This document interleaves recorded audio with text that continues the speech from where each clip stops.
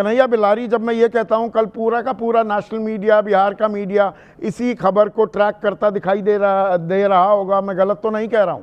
अभी कोई इसको तरजीह नहीं दे रहा है, कोई किसी का ध्यान नहीं गया है इस बात पर। लैंड फॉर जॉब वाले की बात कर रहे हैं ना आप? जी जी। तो क्या होगा अगर मान लीजिए कि उसको सजा भी हो जाएगी, तो कोई थोड़ी अंतर पड़ने वाला है उसके वोट बैंक पर। हमको लगता है और एग्रेसिव तरीके से और थंपिंग मेजॉरिटी मिल जाएगी। हाँ, और उसका रिप्लेसमेंट तो तैयार है। मान लो उसको जेल चला जाएगा तो यहाँ तैयार है। कौन है रिप्लेसमेंट? उसकी पत्नी है राजश्री। अच्छा, ये तैयारी कर ली है आरजेडी ने? बिल्कुल बिल्कुल बिल्कुल, कहीं से कोई दिक्कत नहीं है। वो तो और जो है आप समझते हैं कि उसके बाद क्या हो जाएगा। उसको और मतलब ज्यादा मतलब एग्रेसिव तरीके से उसको वोटिंग हो जाएगी, उसको पॉलिटिकल फायदा हो जाएगा, कोई घाटा नहीं होगा। ये तो और एनडीए संकट में हो जाएगी, मैं जो समझ रहा हूं। मतलब मार्टर बन जाएगा, उसको सहानुभूति मिल जाएगी, या लोग कहेंगे इतने बड़े भ्रष्टाचारी को हम मुख्यमंत्री बनाने चले थे? या लोगों के मन में ये ख्याल नहीं आएगा क्या? क्यों ख्याल आएगा? मतलब न्यायालय आप समझ रहे कि आप उस समय तो वो नाबालिग थे, उस समय तो वो नाबालिग थे, और सजा हो भी जाएगी तो एक तो यहाँ भी जो ये प्रशांत किशोर ने जो सबका खोल करके रख दिया है कि कौन क्या है जिस तरह से है, तो ये इसका भी तो असर है ना अभी। और राजश्री तो नहीं है, ठीक है उनको सजा हो गई, चले गए, लेकिन राजश्री में तो नहीं है। अब वोट बैंक पर क्या असर पड़ेगा बताइए? अब बहुत सारे लोगों पर, मायावती जी पर केसेस हुए, बहुत कुछ हुआ, मुलायम सिंह पर भी हुआ, और भी देश में कई लोगों का क्या हुआ, उनका वोट बैंक तो घटा नहीं। यहाँ मेरी जो अपनी समझ है कि और एग्रेसिव तरीके से गोलबंद होकर के वोटिंग होगा। वोटिंग गोलबंद होकर हो सकती है, पर यहाँ पर ये जो अभी तक चर्चाएं चल रही थी, और आपने भी कहा, मैंने आपसे 2 दफा ये सवाल पूछा था, बिल्कुल सीधा सवाल, कि किस गठबंधन में ज्यादा टेंशन है, और आपने दोनों बार कहा कि एनडीए में ज्यादा टेंशन है। एनडीए की टेंशन का तो निवारण हो गया, दूर हो गई, महागठबंधन में टेंशन बनी हुई है कन्हैया भाई। देखिए है क्या कि टेंशन मेरे समझ से दोनों में बराबर थी, बराबर रही है, लेकिन वहां चूंकि जो बड़ा भाई है, वो जो बड़ा भाई है उनसे डर भी है। वहां 3 एजेंसी है, सुंघाने के लोग, ये सुंघाओ जरा, इनको नहीं मान रहे हैं।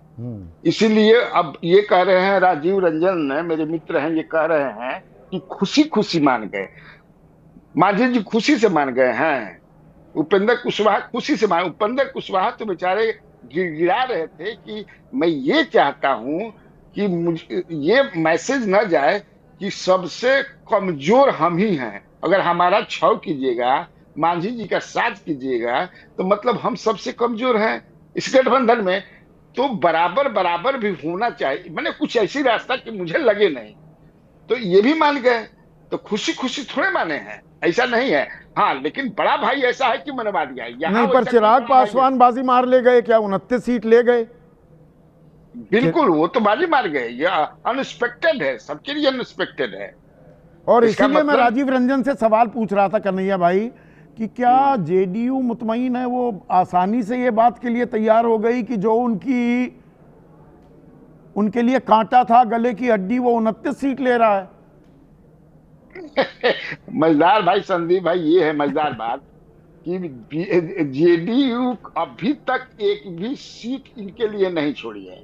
आप पिछले बार जो है 122 पर 122 लिए थे, 7 दे दिए उनको, और ये 121 लिए थे, 11 दे दिए सहनी को, उमाशी को दे दिए, ठीक ना।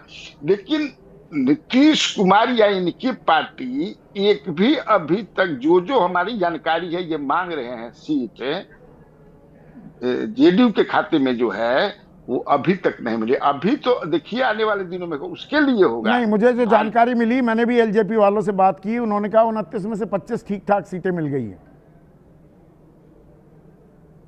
अच्छा, वो ऐसा बोल रहे हैं? हाँ, ऐसा बोल रहे हैं, लेकिन मुझे नहीं लगता है, तो उसमें हो सकता है। मुझे भी थोड़ा आश्चर्य हुआ। अभी वो शुरू में ही गदगद हैं या बाद में होता है वो? अभी जैसे मान लेके वो मटिहानी मांग रहे थे, क्योंकि वो एक जगह, वह एक सीट वही है जहां वो जीते थे, राजकुमार सिंह जीते थे, वो तो उनको मिला नहीं। फिर ये चकाई मांग रहे थे, वो भी कहाँ मिला, नीतीश जी से छोड़ा नहीं। तो ये 2 सीटें ही मैं तो बता अभी दिया डिटेलिंग में भी जाना होगा दर्शकों, devil lies in the detail, और जो अभी टेंशन क्या वो खत्म हो गई है या अभी जारी है ये देखना होगा। पर बड़ी टेंशन क्या महागठबंधन में, कल के राउज एवेन्यू कोर्ट का फैसला क्या आता है उस पर, उसके आकलन पर भी टिका हुआ है ये टेंशन का पुट, प्रोफेसर संजय कुमार।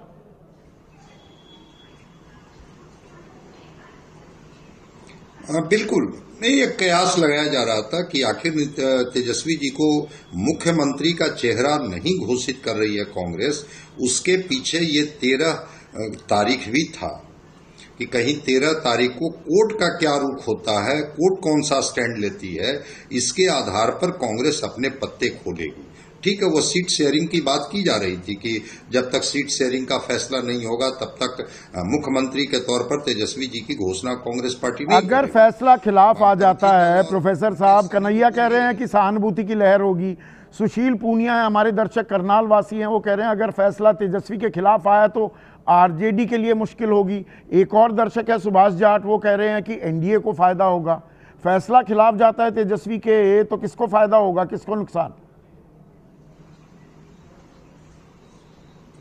नहीं, कन्हैया जी की आधी बात से मैं सहमत हूं, आधी बात से मैं सहमत नहीं हूं। आधी बात वो जो कह रहे हैं कि इनके वोट बैंक पर कोई असर नहीं होगा, इससे मैं सहमत हूं कि उस वोट बैंक पर कोई असर नहीं होगा, लेकिन इसकी वजह से इनको बहुत बड़ी मेजॉरिटी मिल जाएगी, मैं इससे सहमत नहीं हूं।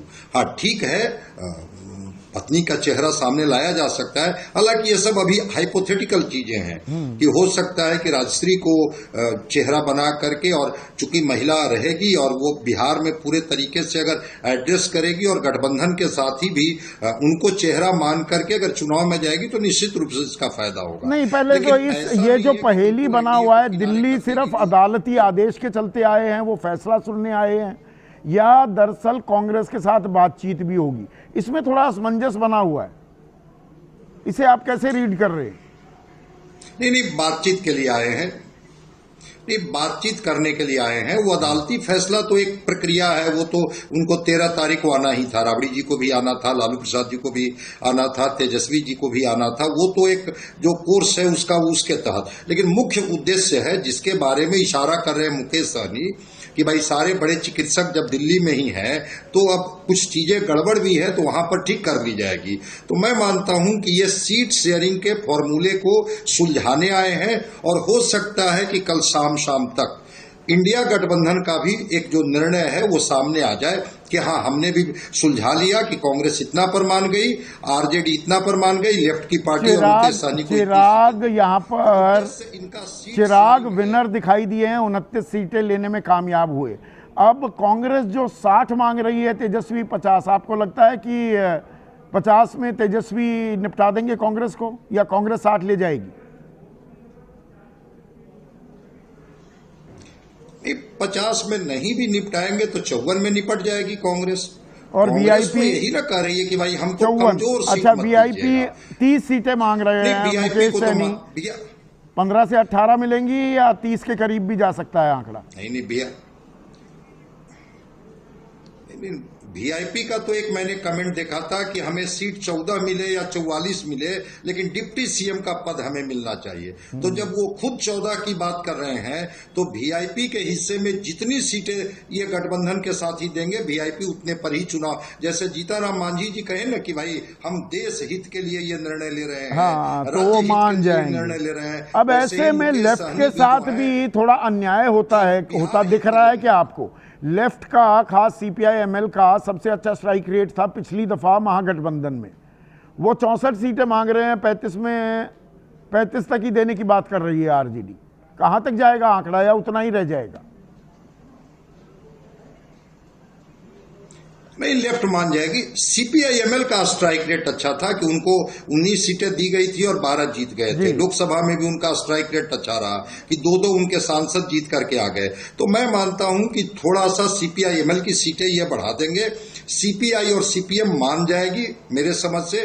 तो 35 तक भी अगर उनको मिल जाता है, ठीक है, वो बड़ा डिमांड कर सकते हैं। सीपीआई एमएल का ही कमेंट है, स्टेटमेंट है कि अगर 19 नहीं 20 से आगे जितनी भी सीटें मिलेगी हम उसको सम्मान पूर्वक गठबंधन में स्वीकार करेंगे। चलिए, फिर गठबंधन धर्म निभा रहे हैं, ये ताल ठोकी जाएगी, एनडीए ठोक रहा है। अब महागठबंधन क्या करेगा वो कल पता लग जाएगा, लेकिन उसमें एक पेच है तेजस्वी अदालत में पेशी है, फैसला सुनाया जाएगा। सज़ा 2 या 2 साल से ऊपर की हो गई तो चुनाव नहीं लड़ पाएंगे। इससे चुनाव पूरी तरह से बदल जाएगा क्या, या सहानुभूति की लहर बनेगी, या भ्रष्टाचार के जो आरोप हैं उनकी धार और ज़्यादा नुकसान पहुंचाती दिखेगी महागठबंधन को। कल का दिन खबरों के लिहाज से अहम दिन होगा। आज बस इतना ही।